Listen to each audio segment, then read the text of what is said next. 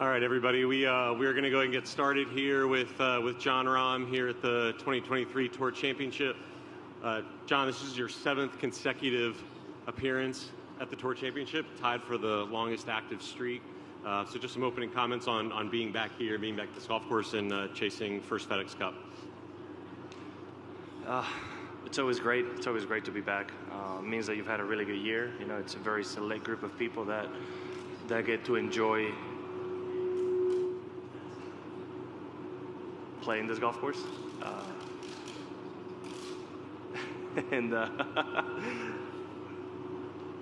Sorry, what's that noise? This is the AC noise. Okay. No, like a beeping noise.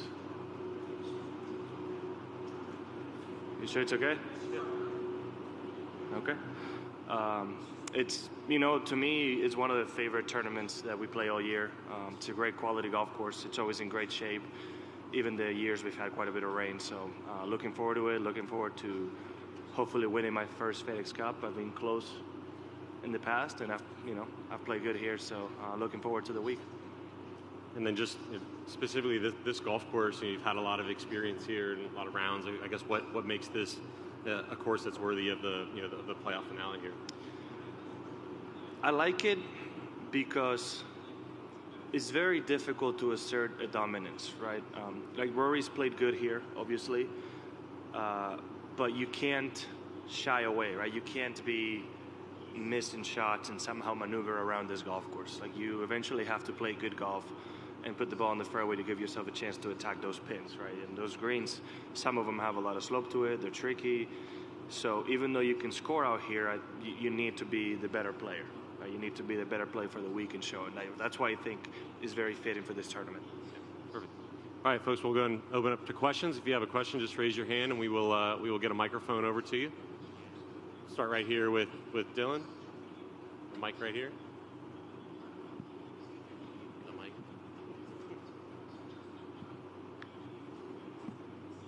Jon, when you hear a stat like that you are the longest tenured guy at this tournament, that's usually like a real veteran related stat. Like how does that make you feel when you hear that? It feels good. It feels really good, but to be 100% honest, I'll gladly give up that streak and be able to say that I have a win out here, right? So those stats I feel like are going to be a lot more meaningful maybe later in the career, but as in right now, with the good position I've given myself almost every single year I've come to the playoffs, I want to be able to say I'm a FedEx Cup champion. Does any part of you still feel new out here in general on the new tour? Yeah. Well, you always learn things, but no, I think that feeling of being the rookie is gone. Yeah, I would like to say so, but no, obviously it's been seven years already, so I can't say I'm in that position anymore. Gonna go over here to Dan. Jon, can you hear me? Yeah. With so many big titles, you got the majors, the Players, the Ryder Cup. Where does winning a FedEx Cup rank for you? And do you get the sense that it might be of more importance to the Players than maybe people understand? Well, I wouldn't want to give you a ranking while I'm here at the FedEx Cup finale of what's more important than others. But obviously, majors are the most important thing in golf, right? That's how it's been, and that's kind of how it is. But there's a difference to being the FedEx Cup champion, just because you enter the playoffs in certain position, you earn your spot to this week, and then to just be able to finish it off, right? It feels like it's more than just 1 week. It's a combination of a whole year and this last 3 weeks in a row, right? So it has a bit of a different special feel to it. With that said, you might be able to get a more elaborate answer from somebody who's actually won either one, right? Like a major and the FedEx Cup or Players or something like that to be able to assess. Because a lot of times I don't realize the magnitude of certain things in my mind until it's happened, right? I would have told you that the U.S. Open would have been my most meaningful win until the Masters happened. Even though it was my first major, that Masters win felt very, very different for some reason, right? I can't explain it why, but it was very, very special. above what the U.S. Open was. And then I saw you made some comments, I think it was a couple weeks ago or months ago, that you got a little bit tired after the Masters, that there was just a little too much that you took on. What did you learn about yourself this year?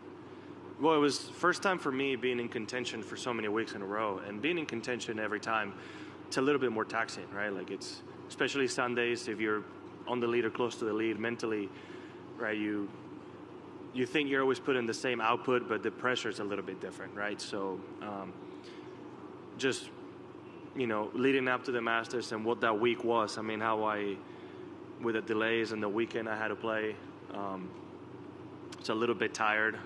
Went to Hilton Head and still performed good, and I never quite did have the enough time to be able to, like I would say, fully recover from that. And it was like a slow process for that to happen.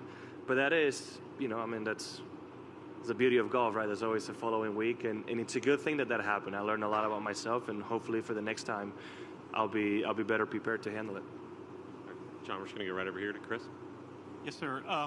You just talked about the specifics of the course, but when you come back next year, it's going to be a totally different course. I just wondered what you know about that, and then how you think those changes might affect. So, is it a renovation or a redo? I don't know yet. It's a renovation.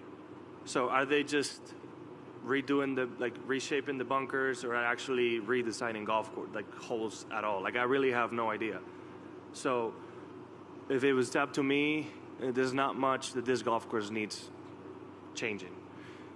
With that said, the golf course does belong to the members, so the members should do whatever the members think is best for the golf course. That's what I would say, right? I think it's great the way it is right now, but if they want to make it member friendly, I am nobody to object against that. Fair enough.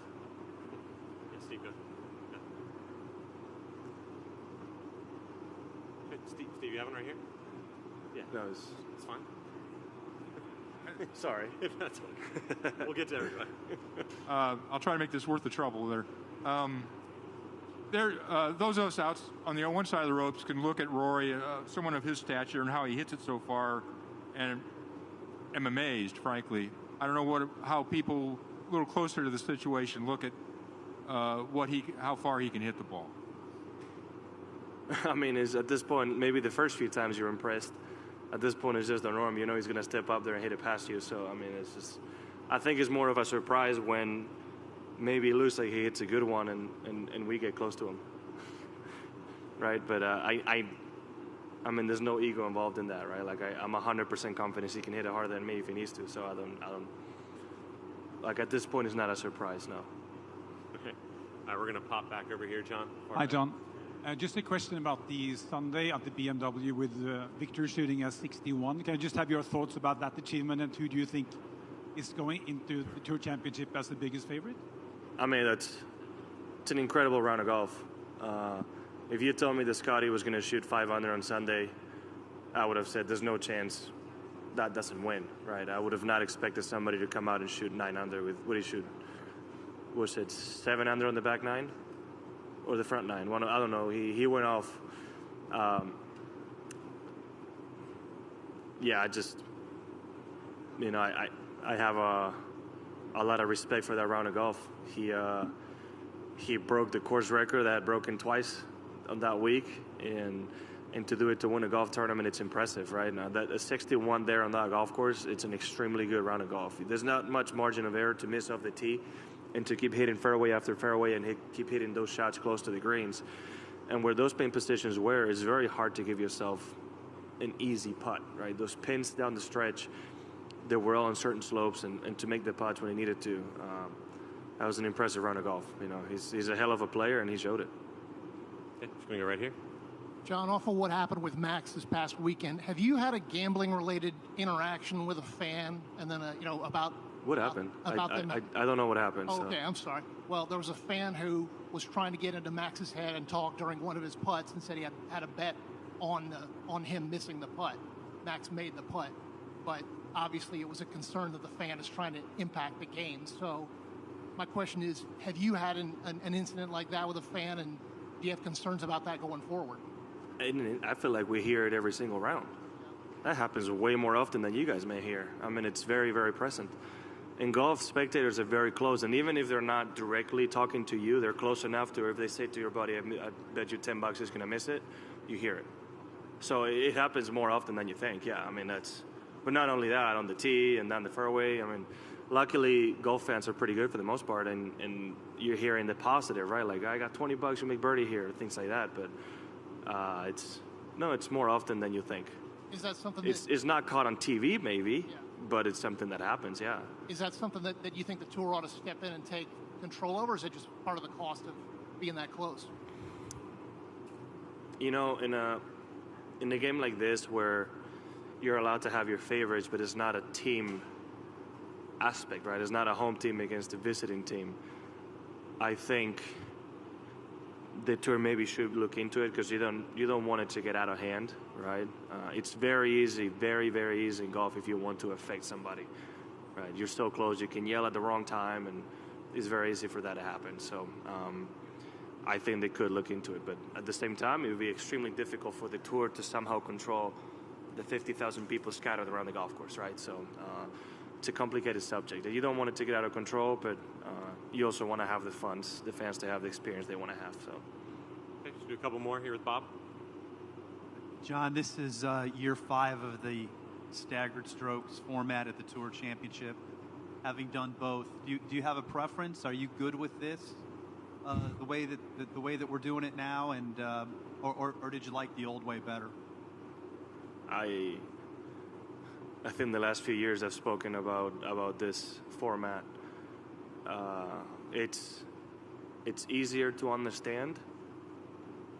I don't think is the best we can come up with. Right? I think I've expressed my dislike towards the fact that you can come in ranked number 1 in the FedEx Cup. You can win every single tournament up until this one. You have a bad week, you finish 30th, and now you'll forever be known as 30th in the FedEx Cup this season.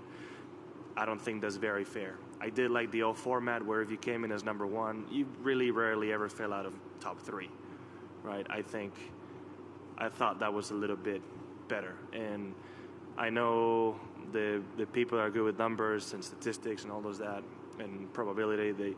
They ran the numbers, and I know they say this format comes out to the same, but when you're in 5th place, you are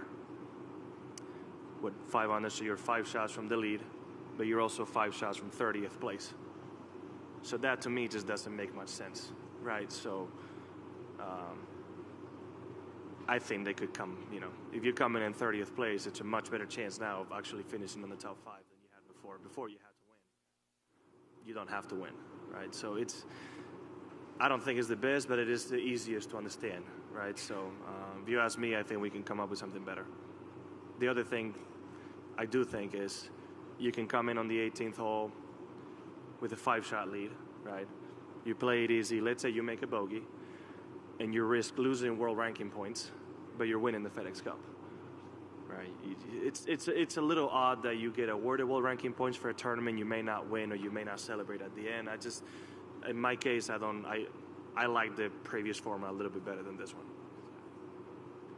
Yeah, I'm just gonna do one more here. Hey, Jon. So obviously a couple weeks ago in Memphis, it was really hot, humid.